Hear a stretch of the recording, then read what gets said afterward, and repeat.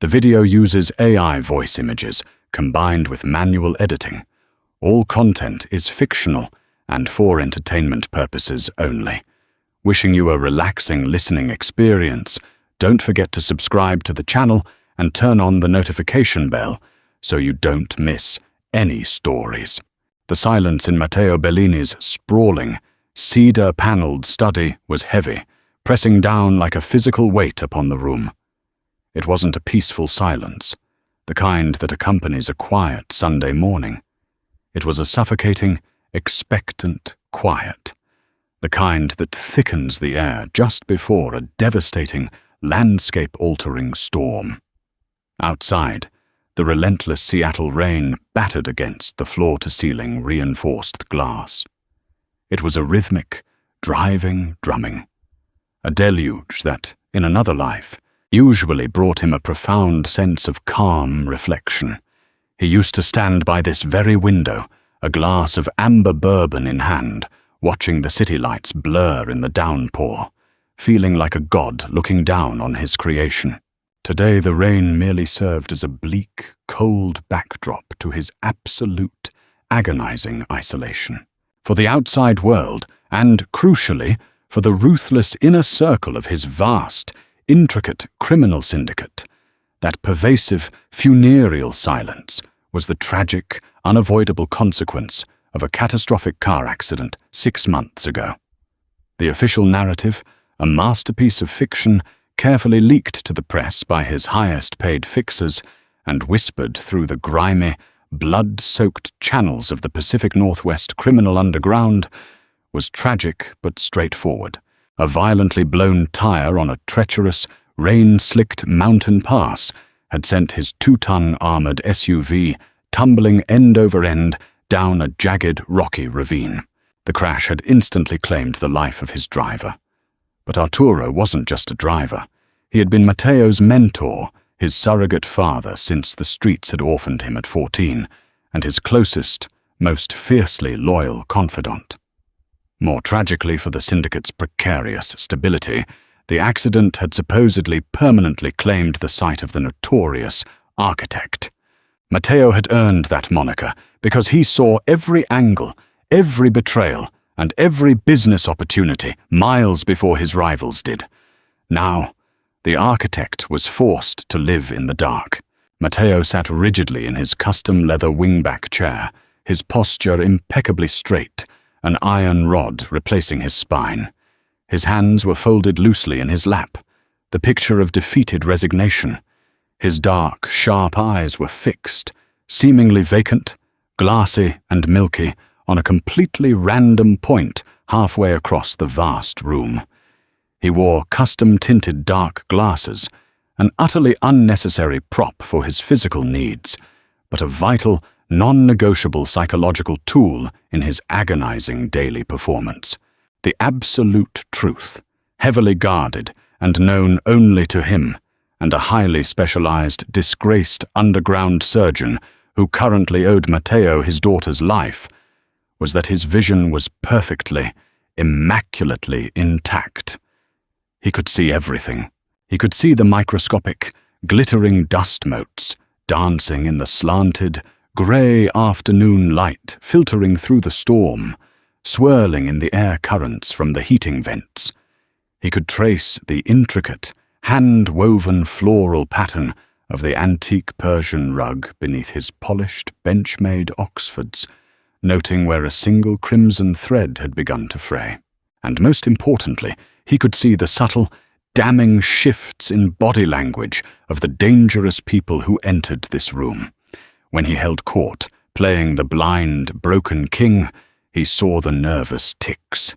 He saw the cold sweat beading on the upper lips of hardened killers who claimed loyalty. He watched the subtle wiping of clammy palms against tailored wool trousers. He captured the fleeting, naked expressions of greedy, unchecked ambition from the men who stood before him, falsely believing they were entirely unobserved. There was a rat in his house, and Matteo was going to find him. The accident hadn't been an accident at all. The memory lived just beneath his skin, a daily phantom pain that woke him in cold sweats at 3 in the morning. Matteo vividly remembered the acrid, choking smell of burning rubber filling the cabin. He remembered the terrifying, stomach-dropping weightlessness of the armored vehicle dropping off the edge of the cliff. But most clearly, burning brighter than the flames that had engulfed the wreckage, he remembered the sharp, distinct, sonic crack of a suppressed high-caliber rifle taking out the reinforced tire just milliseconds before the blowout. It wasn't a mechanical failure. It was a perfectly timed military-grade execution. He remembered the agonizing, coppery scent of blood mixing with pooling diesel fuel as Arturo bled out beside him in the crushed steel wreckage. He remembered the agonizing pressure of Arturo's shattered hand gripping his collar, pulling him close. Arturo's final, gasping, blood-bubbling breath hadn't been a prayer. It had been a plea. Find them, Matteo. Find the rot. It was a highly coordinated, ruthlessly botched assassination attempt. Someone intimately close, someone with top-tier security clearance who was familiar with his secure, heavily encrypted, ever-changing travel schedule, had orchestrated it. Now, forced to play the vulnerable, broken and blind boss, Matteo waited in the dark. He watched his trusted lieutenants posture and preen like vultures circling a dying lion. He noted their sudden, arrogant boldness. He logged their whispered side conversations when they thought he couldn't hear, their condescending tones when they explained simple concepts to him as if his lack of sight had damaged his intellect. He had become a lethal, invisible spider in a web of his own meticulous making. He remained perfectly still, feeling for the faintest tremors in the silk that would inevitably reveal the traitor who murdered his brother-in-arms. The heavy solid oak door to his study creaked open. The brass hinges screamed softly, a sound he purposely told maintenance to ignore. It interrupted his silent, brooding vigil. He didn't turn his head. He had spent the last 6 torturous months training his neck muscles to ignore basic, human, natural reflexes. It went against millions of years of evolutionary survival instincts. You don't look toward a sound if you cannot see what made it. It took immense, exhausting physical discipline to remain static. Instead, he relied on the auditory footprint, soft, rhythmic, purposeful steps against the deep pile carpet. It wasn't the heavy, intimidating, leather-creaking tread of his loyal enforcer Luca, whose combat boots always scuffed the hardwood thresholds with a distinct, dragging heel strike. Nor was it the hesitant, terrified, painfully slow shuffle of the older estate staff.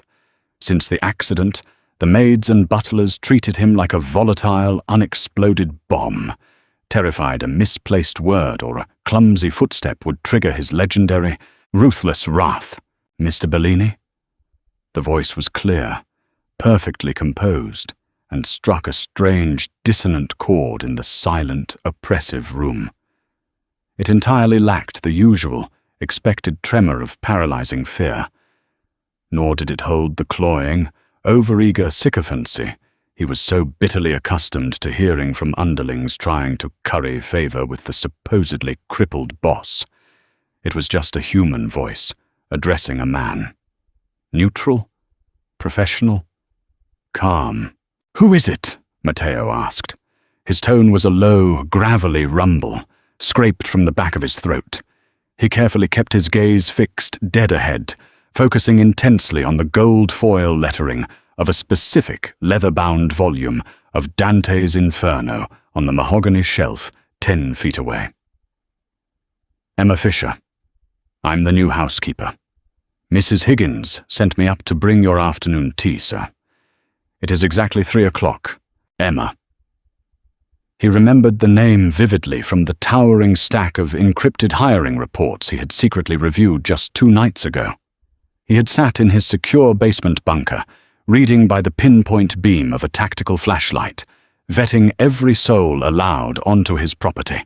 She was a recent arrival to Seattle, carrying glowing, almost impossibly flawless references from a high-end, highly secretive private estate in Chicago. The background check noted a quiet demeanor, an exceptional work ethic, and, most importantly to his security team, no surviving family to use as leverage against her. She had no social media presence, no outstanding debts, and a spotless, incredibly boring record. On paper, she was a ghost. She was exactly the kind of invisible, low-risk employee the estate needed right now. "Put it on the desk," he commanded, his voice flat, devoid of any warmth or welcome. He adjusted his posture slightly, deliberately reaching out a hand to blindly pat the empty air near the desk's edge. He let his fingers fumble clumsily against the polished wood, feigning a newly blind man's desperate, frustrating reliance on his spatial memory. He watched her intently from the extreme, blurred periphery of his vision.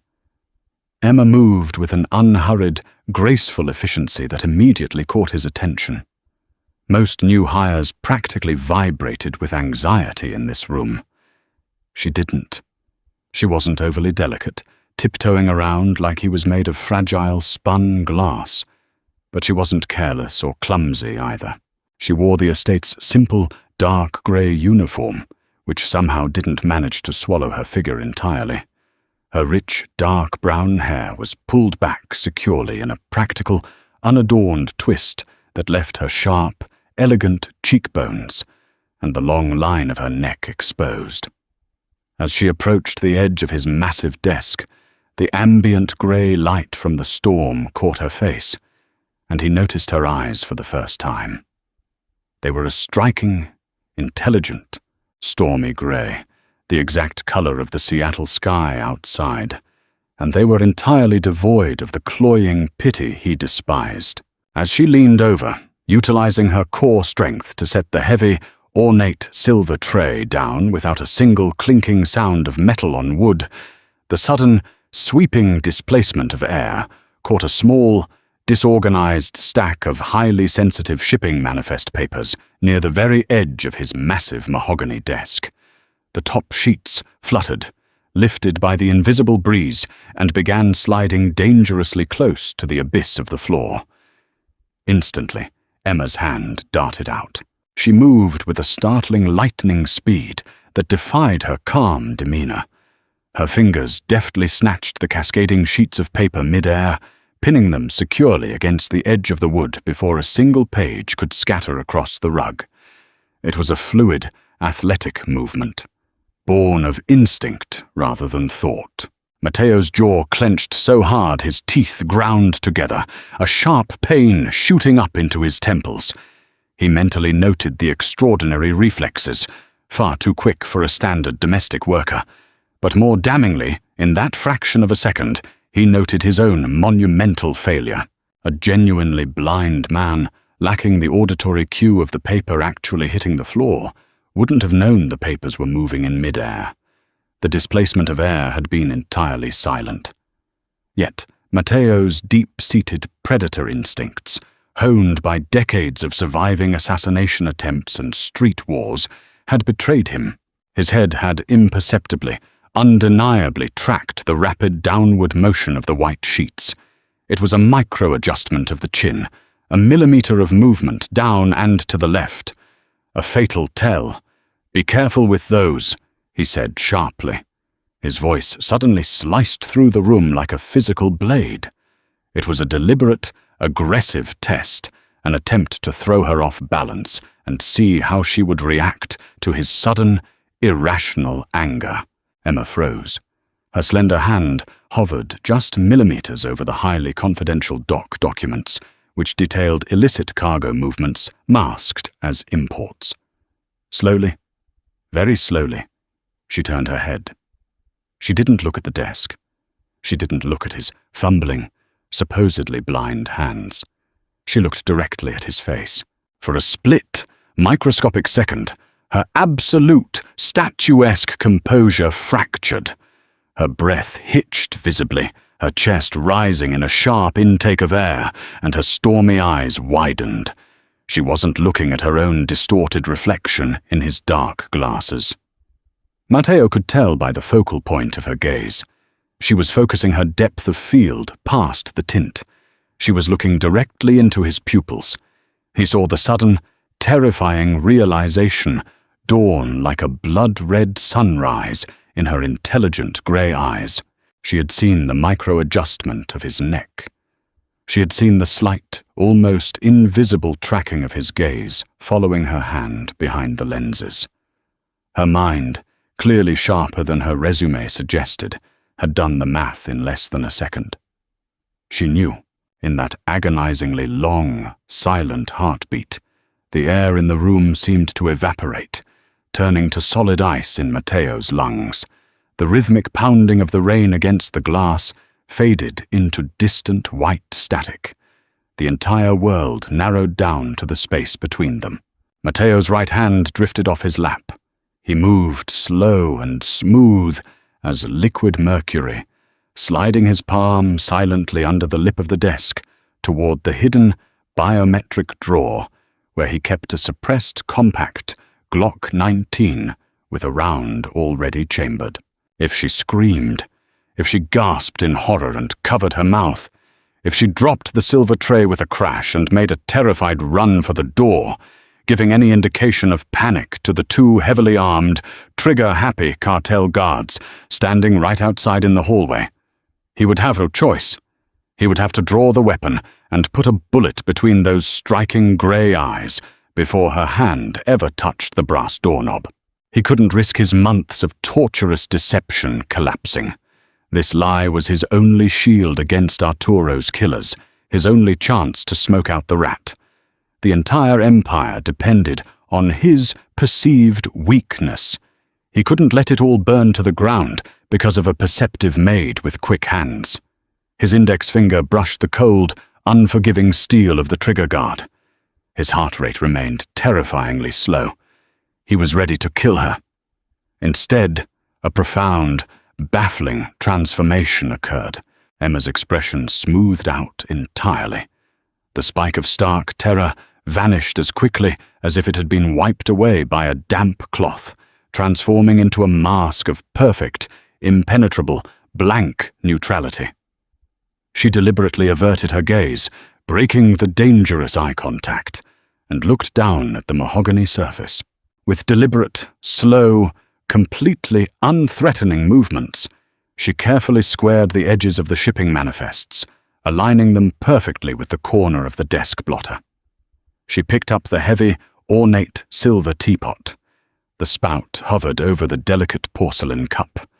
She poured the steaming, fragrant Earl Grey tea. There was not a single, betraying rattle of the cup against the saucer. Her hand was as steady as a surgeon's.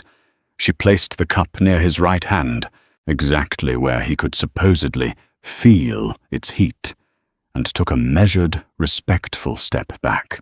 "Your tea, Mr. Bellini. The papers are secure," she said. Her voice was completely even. It was terrifyingly calm, betraying not a single ounce of the massive, chaotic spike of adrenaline he knew for a physiological fact must be currently flooding her veins. She gave a slight, respectful, entirely standard bow of her head, turned on her practical rubber-soled heel, and walked calmly, without rushing, without a single backward glance, toward the heavy oak door. Matteo remained frozen, a magnificent, lethal statue in the leather chair, his hand still hovering over the hidden weapon beneath the desk. He watched her back as she reached the door, opened it smoothly, and stepped out into the hallway, pulling the door shut behind her with a soft click. She had seen through his elaborate, life-saving, multi-million-dollar ruse in less than 5 minutes of being in his presence. She possessed information that could upend the entire criminal ecosystem of Seattle. And yet, she hadn't said a word. She hadn't panicked. She hadn't run. Why? The questions hammered in his mind, violent, demanding, and paranoid. Was she a highly trained, deeply embedded assassin, sent by the unknown traitor to infiltrate the inner sanctum of the house. Was she here to finish the job Arturo had died trying to prevent, waiting for him to lower his guard? Or was she exactly what she appeared to be on that glowing background check? A remarkably observant, street-smart survivor who knew unequivocally that speaking out of turn or showing fear in a Mafia don't house meant a shallow, unmarked grave in the dense Snoqualmie woods. As the heavy door clicked shut behind her, plunging the room back into its suffocating, heavy silence, Mateo finally exhaled. He reached up with slightly trembling fingers and pulled his dark glasses off, tossing them onto the desk. His dark eyes narrowed into a dangerous, calculating glare, staring holes into the closed wooden door. The game had just irrevocably changed. He desperately needed to find the traitor who had murdered his friend, but now a new, wildly unpredictable variable had entered the board. He needed to figure out exactly who Emma Fisher was. He needed to know what she wanted, what she was hiding, and exactly what she was capable of. And he had to do it before she decided to reveal his greatest, most dangerous secret to the wolves, patiently circling his throne. The following morning, the tension within the walls of the sprawling, fortified Bellini estate was palpable. It was thick enough to choke on, a heavy atmospheric pressure that made the armed guards jumpy and the staff walk on eggshells. The storm from yesterday had passed, leaving behind a dreary, fog-choked Seattle morning, a suffocating blanket of grey that perfectly mirrored Mateo's volatile, paranoid mood. He hadn't slept. He had spent the entire night locked in his secure, climate-controlled basement server room, a subterranean vault accessible only by his retinal scan. The air down there hummed with the sound of massive cooling fans. His eyes burned with exhaustion as he stared at an array of glowing, curved monitors, reviewing Emma Fisher's background checks for a third, exhaustive, maddening time. He dug far deeper than the standard private investigator sweeps that his head of security, Luca, usually relied on. Mateo utilized his syndicate's vast, illegal digital reach. He deployed ghost hackers, operatives on his payroll who existed entirely off the grid, to scrape tax records, forgotten elementary school databases, obscure municipal archives, and even deleted medical records. He was searching desperately for the subtle, hidden anomalies he might have missed the first time. A sudden, unexplained gap in employment. A rapid change of address spanning multiple states.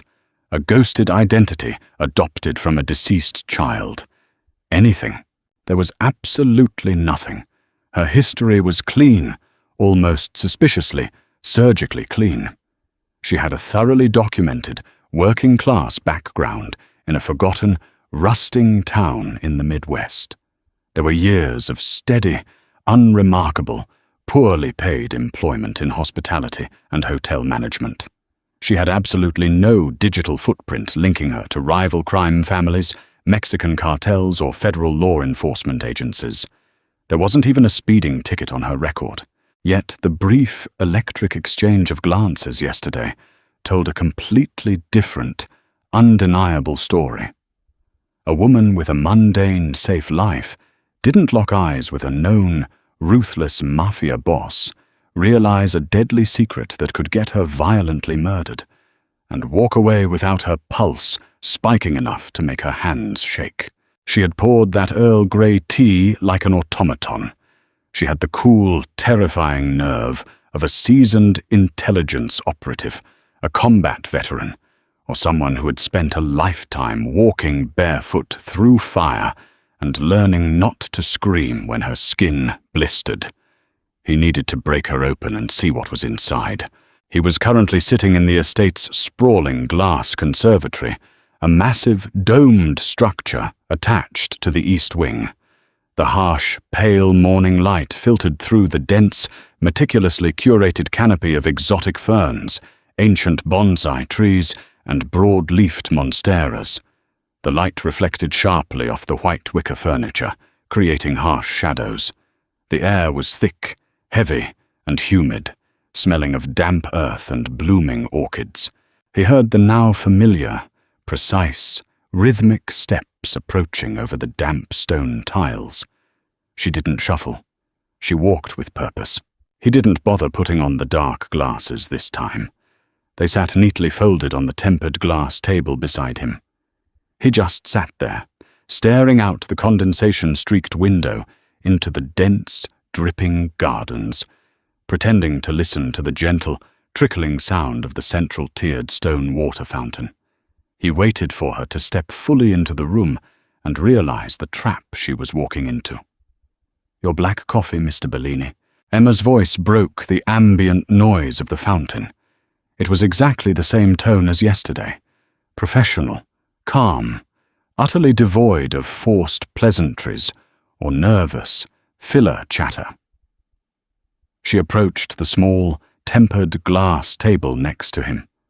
As she leaned in to set the delicate porcelain cup down, Matteo turned his head slowly.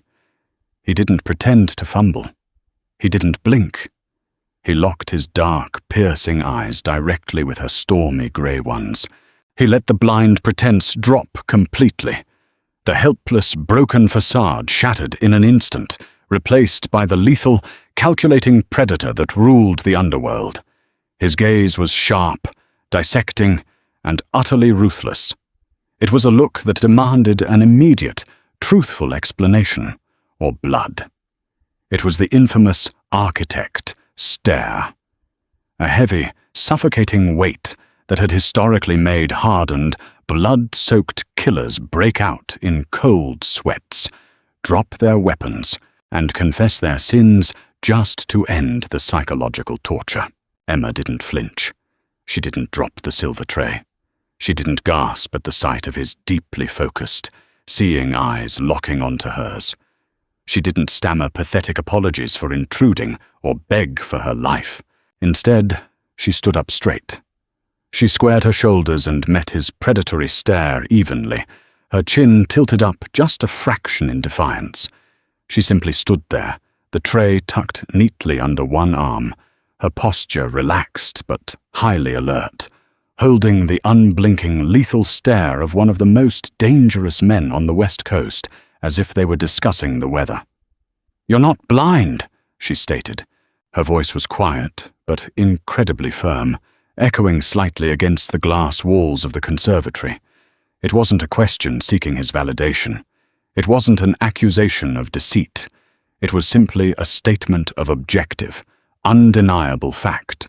"And you, Miss Fisher, are entirely too observant for your own good," Matteo replied. His voice was a low, gravelly drawl, heavy, deliberate, and deeply laced with a subtle but unmistakable, lethal threat. He leaned back in his wicker chair, crossing his legs slowly. Curiosity is a remarkably dangerous trait to harbor in this house.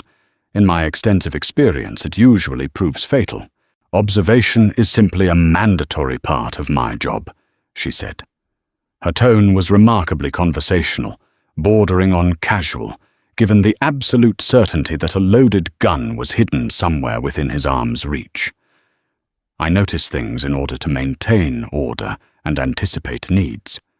Dust accumulating on a high marble mantel that the other maids miss. A slight, pained limp in a visiting guest's walk that means they'll require the elevator instead of the grand staircase." She paused, her grey eyes flashing with a bold, challenging light. Or, a man who flawlessly, instinctively tracks the unpredictable, erratic movement of falling paper when he's supposedly been staring blankly at a wall for 6 months. "Who sent you?" The question fired from his lips like a bullet from a chamber. He dropped the conversational tone, his body tensed, the muscles in his arms coiling, ready for violence. He demanded an immediate target. Emma let out a long, slow sigh. It was a small, profoundly weary sound that genuinely surprised him, violently undercutting the mounting tension in the room. The stiff, defensive posture she held seemed to deflate just a fraction, revealing a brief flash of bone-deep, spiritual exhaustion. "No one sent me, Mr. Bellini," she said quietly. "The world is not entirely comprised of conspiracies against you, despite what your ego might insist. I was desperate for a job that paid well, paid in untraceable cash, and offered secure room and board far away from the chaotic city center. I found this listing through a blind, high-end domestic agency.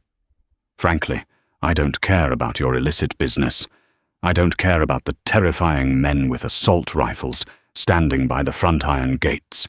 And I certainly don't care about your intricate, paranoid secrets. You expect a man in my highly precarious position to believe that?" Matteo scoffed loudly. He leaned violently forward, planting his elbows on his knees, aggressively invading her personal space, testing her nerve. "That you're just a humble maid seeking refuge?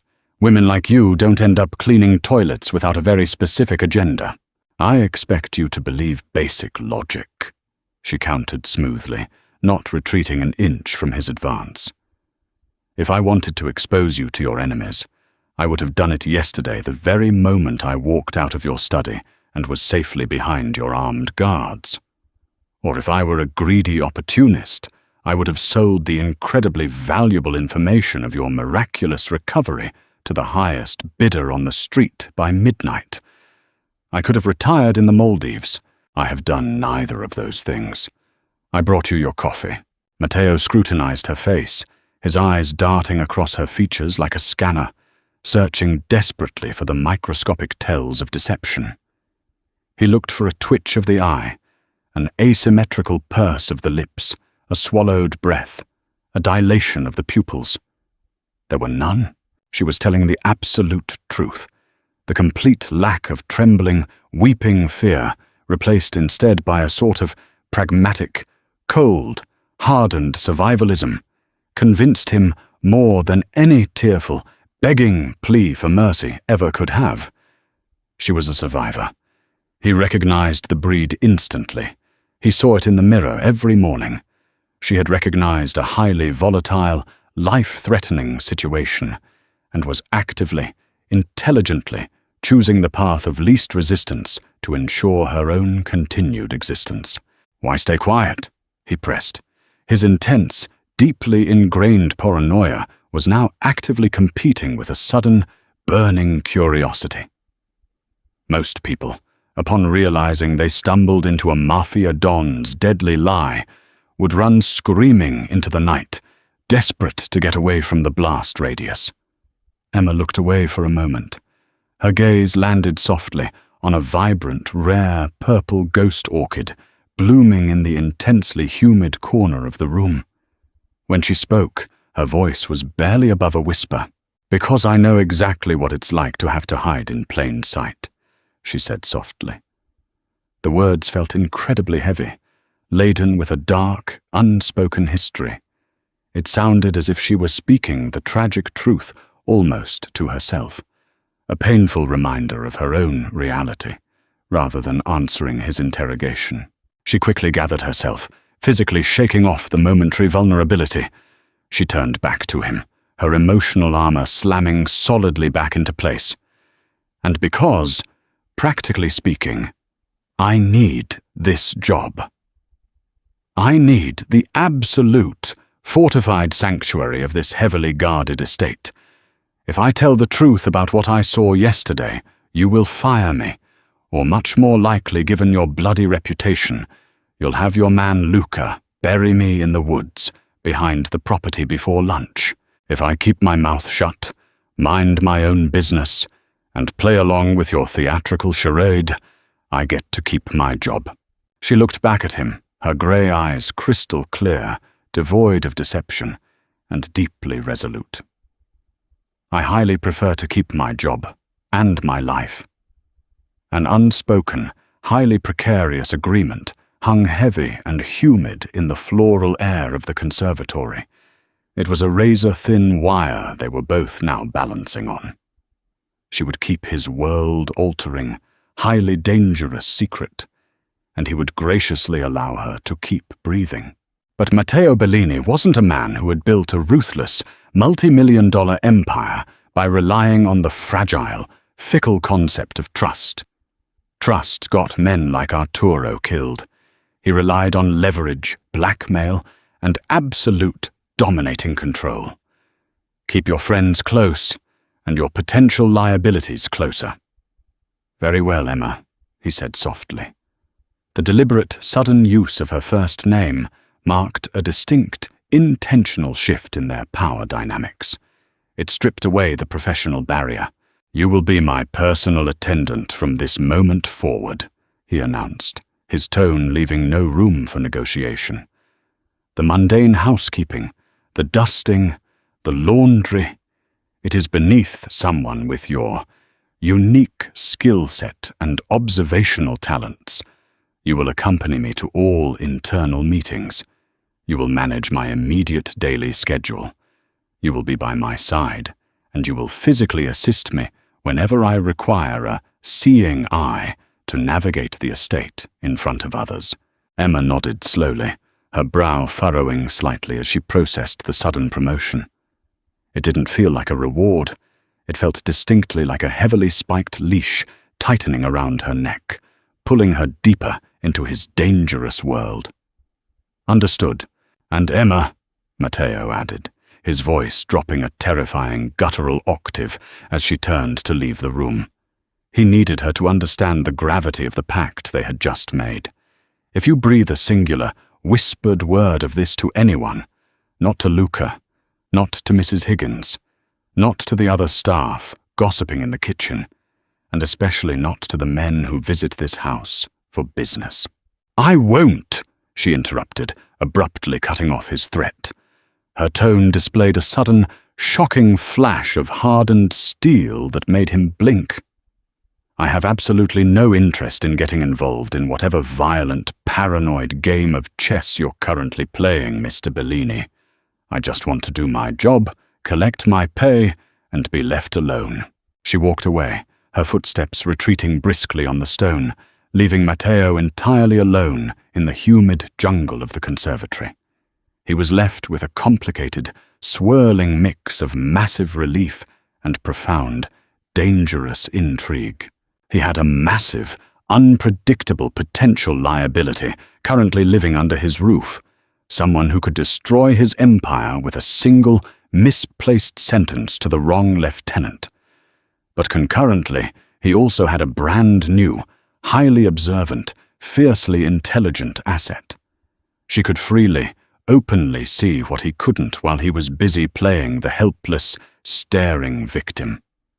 She could be his unblinking eyes in the shadowed corners of the room where a blind man wasn't supposed to be able to look. Later that evening, the deadly game of deception began in earnest. Matteo was holding a critical, high-stakes operational meeting in the grand, shadowy formal dining room. Present were his 3 top lieutenants, the ruthless men who currently ran the day-to-day operations of his fractured empire while he supposedly recovered. There was Silas, the smooth-talking, perpetually anxious financial advisor who laundered their millions in cash through legitimate real estate fronts. Victor, the massive, aggressively violent, unpredictable territory manager who controlled the lucrative dock streets through pure brute force and intimidation, and Marcus, the quiet, chillingly analytical strategist who planned their long-term expansions and assassinations with mathematical precision. One of them was the rat. One of them had taken the payout, bought the bullet, and ordered the hit that killed Arturo. Matteo sat rigidly at the head of the long, polished oak table, his dark glasses firmly in place, his face a carved mask of stone. Emma stood quietly in the dimly lit corner by the antique mahogany credenza, a heavy crystal pitcher of iced water resting easily in her hands. She wore a simple black dress now, blending perfectly into the shadows. To the hardened, arrogant men sitting at the table, she was entirely invisible. Just another piece of expensive, functional furniture in the boss's house. "The southern docks are entirely secure," Victor boomed. His deep, gravelly voice echoed aggressively off the high, vaulted ceiling. He slammed a meaty, diamond ring-clad fist onto the table, making the fine bone china coffee cups rattle violently in their saucers. "But the Russians are pushing back hard on the East Side smuggling operations. They're testing our borders every single night. They're hijacking shipments. They are assuming you're weak, Matteo. They assume we have absolutely no teeth without you seeing the board. We need to hit them back. Hard. Let them push for now," Matteo said evenly. He stared blankly at the far wall, projecting an aura of absolute, calm authority, despite the glaring insult to his leadership. "We hold our current ground. We do not retaliate. We do not escalate into a street war until we have the full, unobstructed picture of their new supply lines. Violence without intelligence is just noise, Victor. That makes us look like pathetic cowards," Victor sneered, leaning back heavily in his chair, a look of profound disgust crossing his brutal features. As the men aggressively argued logistics, supply chains, and bloody retaliation tactics, their voices rising over one another, Matteo focused intensely. Behind his dark lenses, his mind was racing. He listened to the minute fluctuations in their voices, the speed of their breathing, the nervous tapping of expensive Italian leather shoes under the table. But he also utilized his peripheral vision to its absolute, straining limits. He saw Silas drumming his perfectly manicured fingers nervously against his thigh under the table, a specific physical tell he only exhibited when the syndicate's money was short, or when he was hiding an embezzlement. He saw Marcus taking meticulous, cryptic notes in a small black leather ledger, his face completely devoid of emotion, never making eye contact with anyone. And then, through the blur of his peripheral vision, he saw it. Victor, who was highly prone to grand, theatrical, aggressive physical gestures when he felt he was losing an argument, leaned violently forward across the wide table to point a thick, accusatory finger at Silas's chest. As he did, his tailored, expensive charcoal suit jacket fell open slightly, pulling away from his broad barrel chest. Tucked deep into his inner silk breast pocket wasn't his usual monogrammed silver flask, nor was it his leather cigar case. It was a thick, heavy stock envelope. Even in the dim, flickering chandelier lighting of the dining room, it caught Matteo's trained eye. It was a very specific, agonizingly familiar type of creamy, highly textured parchment envelope.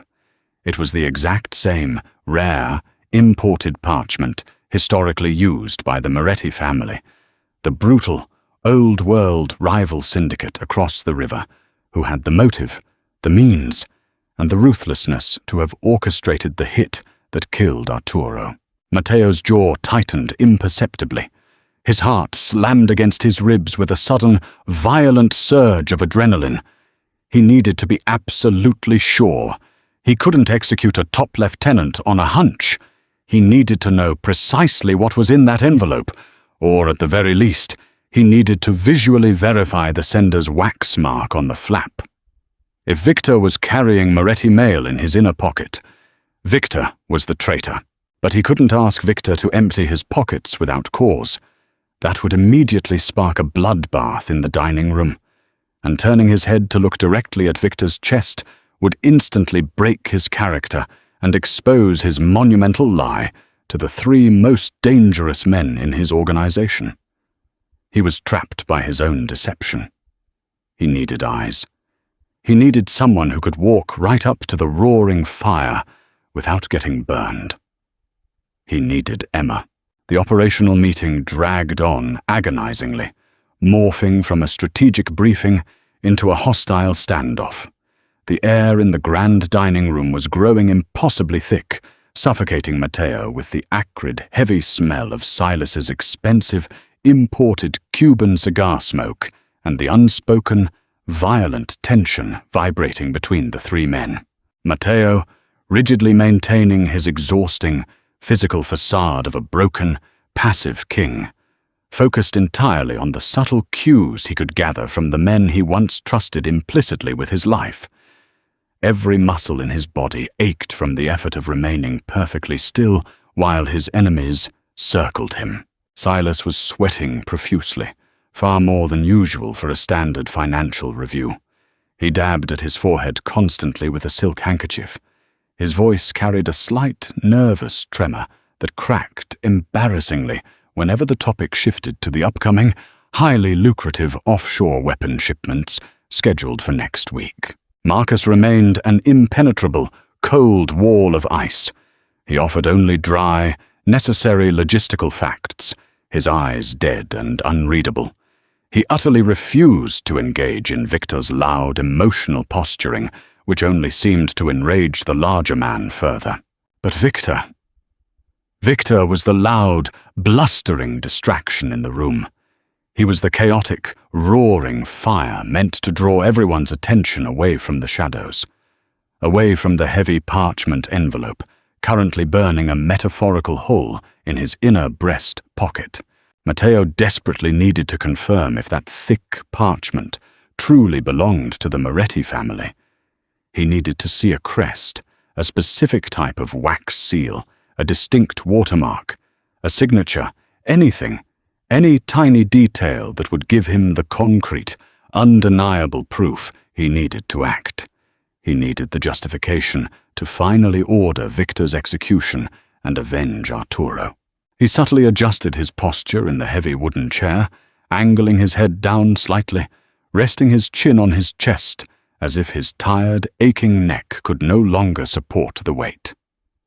It was a perfectly natural movement for a disabled man, but one that perfectly, strategically, brought the shadowed corner where Emma stood into his peripheral line of sight beneath the dark rims of his glasses. She was still standing, perfectly still. She looked like a beautiful, silent marble statue, holding a sweating silver pitcher of ice water. But she wasn't looking blindly at the floor as a servant should. Her intelligent, stormy grey eyes were locked intensely, entirely focused on Victor. She had seen the envelope, too. Her eyes tracked the slight bulge in the fabric of his suit jacket every time he moved. She had recognized that it didn't belong, that it was a foreign object in the ecosystem of this room. Matteo shifted his weight in the chair. Casually, deliberately, he tapped his heavy, silver-handled wooden cane against the hardwood floor. A sharp, distinct double clack. It was an old, prearranged, highly subtle signal he had previously used for years with Arturo during high-stakes, dangerous negotiations with rival cartels. It was meant to indicate, without saying a word, that he needed immediate, physical assistance or a sudden distraction to derail a hostile conversation. He had no idea if Emma would understand. He desperately hoped, praying to a god he had abandoned decades ago, that she was as incredibly observant, quick-witted and daring as he believed her to be. If she didn't understand the cue, the moment would be lost forever, and Victor would walk out the door with his treason hidden in his pocket. She moved instantly. Stepping smoothly and silently from the dark shadows of the credenza, she approached the long table. She bypassed Silas entirely, not even offering the sweating man a glance, and aimed her trajectory directly for Victor's right side. She moved with the silent, deadly precision of a guided missile. "More water, Mr. Victor?" she asked softly. Her voice was polite, perfectly deferential, but pitched just right, so it carried easily over the men's gruff, escalating, swear-filled argument about Eastern Territory lines. Victor, highly irritated by the sudden, mundane interruption of his grandstanding monologue, scowled deeply. His broad face flushed red with sudden anger. He waved her off aggressively with the heavy back of his hand, not even bothering to look at her face, treating her like an annoying insect. No, I'm fine. Stop hovering. Get out of here, girl. We are talking business," he snapped harshly. As he gestured, his massive, heavy arms swept wide in a dismissive, violent arc. Emma, perfectly positioned and seemingly anticipating the exact trajectory of his movement, didn't flinch. She didn't pull back or cower as a normal, terrified servant would. Instead, she leaned into the space. As his knuckles brushed the air near her wrist, she let the heavy, condensation-slicked silver pitcher slip just a fraction of an inch from her firm grip. It didn't plummet clumsily to the floor, which would look like a pure accident. It was a highly controlled, incredibly precise release. The heavy pitcher tilted violently forward. It sent a shocking, freezing wave of crushed ice and water directly onto Victor's lap, splashing heavily over the open, exposed edge of his tailored suit jacket and soaking his silk tie. Victor roared like a wounded, trapped animal. He jumped violently up from the heavy oak chair. The force of his sudden movement knocked the heavy antique chair backward onto the floor with a loud, splintering crash. He cursed loudly, aggressively, spitting vile slurs in rapid-fire Italian. "What the hell is wrong with you, you stupid, clumsy girl?" he bellowed, violently batting at his soaked, clinging trousers, ice cubes scattering across the polished wood floor. "I am so deeply sorry, sir. Please forgive me. I tripped," Emma stammered loudly, her voice pitched up 2 octaves into a flawless, Oscar-worthy imitation of a terrified, weeping servant who genuinely thought she was about to be beaten to death. She immediately grabbed a thick linen napkin from the table and rushed forward, completely invading Victor's personal space. Her hands flew in a frantic, panicked blur as she tried to dab desperately at the massive wet stain on his chest and lapels. "The condensation! The pitcher just slipped from my hand. I swear, I am so sorry." In the ensuing, loud, chaotic distraction, as Victor swatted violently at her hands with genuine malice, his face purple with rage, and Silas laughed a high, nervous, bleating laugh at the big man's sudden, embarrassing humiliation. Emma went to work. Her left hand brushed deliberately, forcefully against the inside pocket of Victor's jacket. To anyone else in the room, to Marcus watching coldly, to Silas laughing, it looked exactly like a frantic, panicked attempt to dry the expensive silk lining.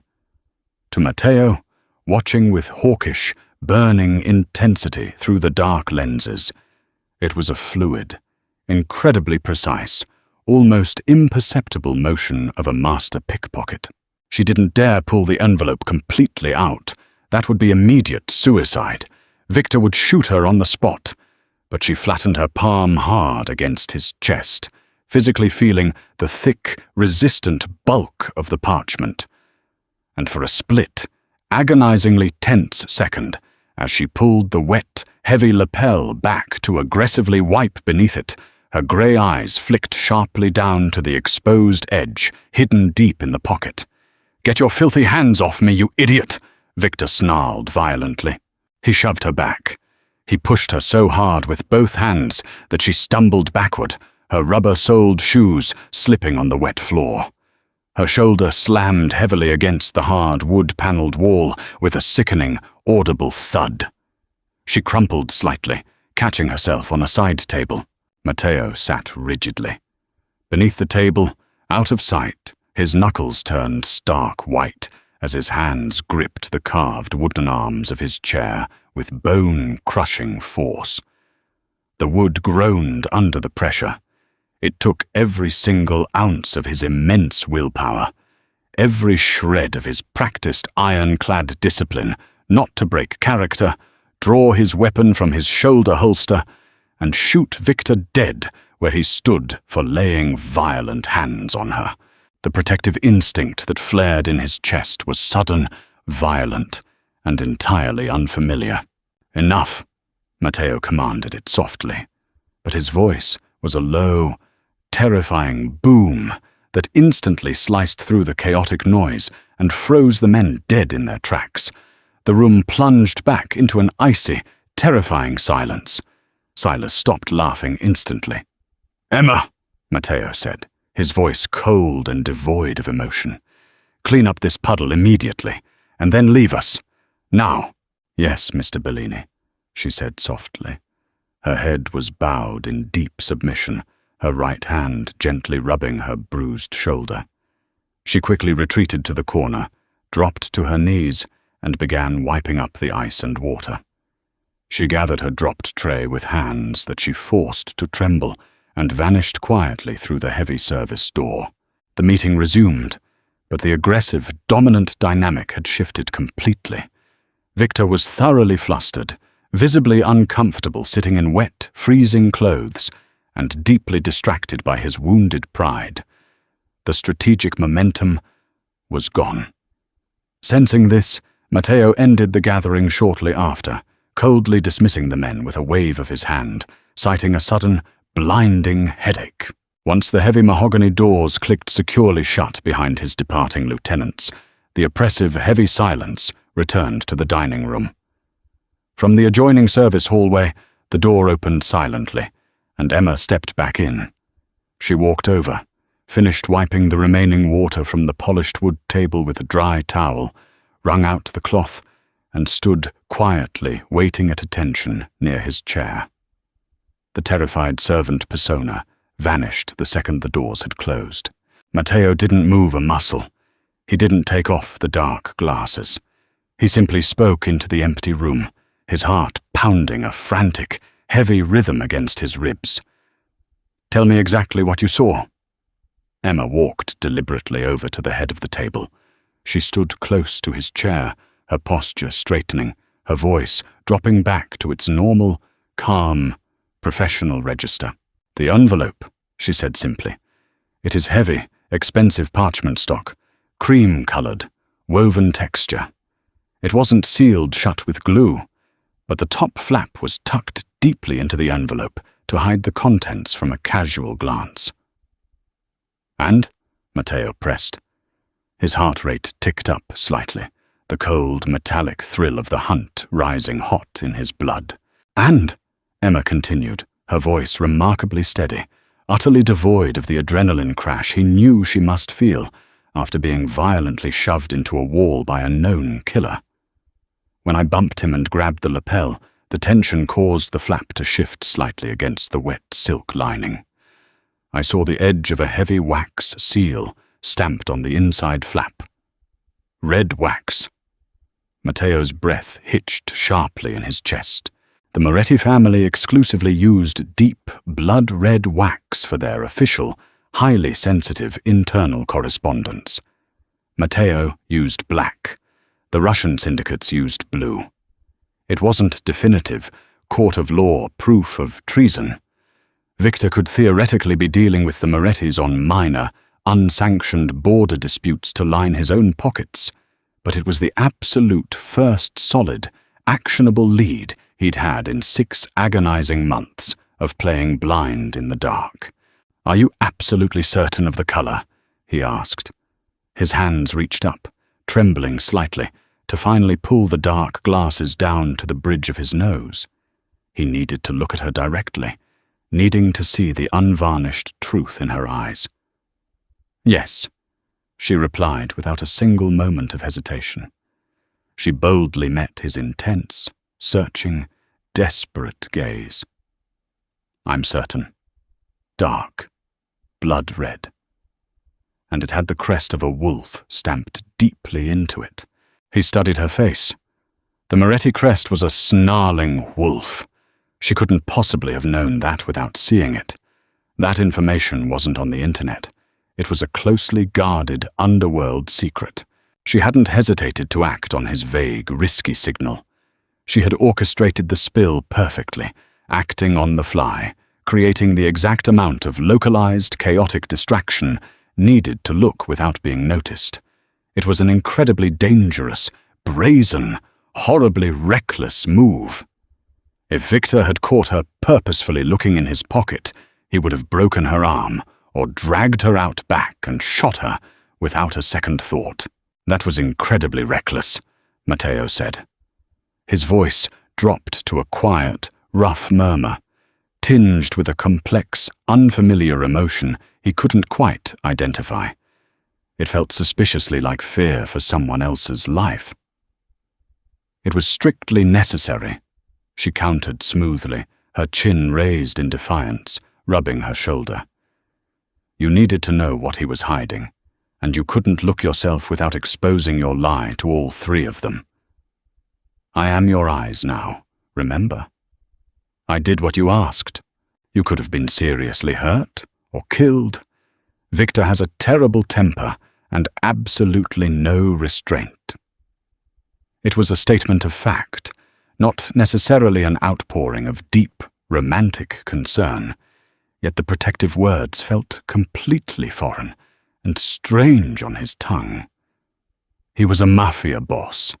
He wasn't used to worrying about the well-being of his staff. They were expendable tools meant to serve a purpose, but she felt different. She had just risked her life for a man she barely knew, for a war she claimed she wanted no part of. I can handle myself perfectly fine, Mr. Bellini, Emma said. She turned away slightly, her dark hair falling forward to hide a sudden, unexpected flicker of emotion in her eyes. I will go down to the kitchen and fetch your evening tea. Try to get some sleep. You look terrible. As she walked away, her posture straight and proud, despite the painful bruise he knew was likely forming on her shoulder, Matteo realized the situation he had engineered was far more complex and dangerous than he'd originally anticipated. He had found his first real, tangible lead on Arturo's killers, yes. But he had also found someone who, despite fiercely claiming she didn't care at all about his violent business, was remarkably, inexplicably willing to step directly into the line of fire for him. He watched the empty doorway long after she had gone, the vivid image of her calm, calculating grey eyes fixed permanently in his mind. The rat was close, breathing his air, sitting at his table, drinking his water. But for the very first time since the devastating crash that broke his world, Matteo Bellini didn't feel like he was fighting this bloody war entirely alone in the dark. The next morning, however, that newly formed, incredibly fragile alliance was tested in the worst possible way. Matteo awoke in his heavily secured, soundproofed private quarters to a sound that simply shouldn't exist. The heavy, reinforced oak door connecting his bedroom directly to his private study, a door that automatically locked from the inside, was left slightly ajar. A sliver of grey morning light cut across his bedroom floor. He rolled out of bed instantly. He moved with practiced silent lethality, his bare feet making absolutely no sound on the thick rug. His hand instinctively reached under his pillow for the cold, comforting steel of the Glock 19 he now kept holstered at his bedside at all times. He crept toward the crack of light, his heart hammering in his throat, pushing the heavy wooden door open inches wider with the dark barrel of his gun. Emma was standing entirely alone by his massive mahogany desk in the study.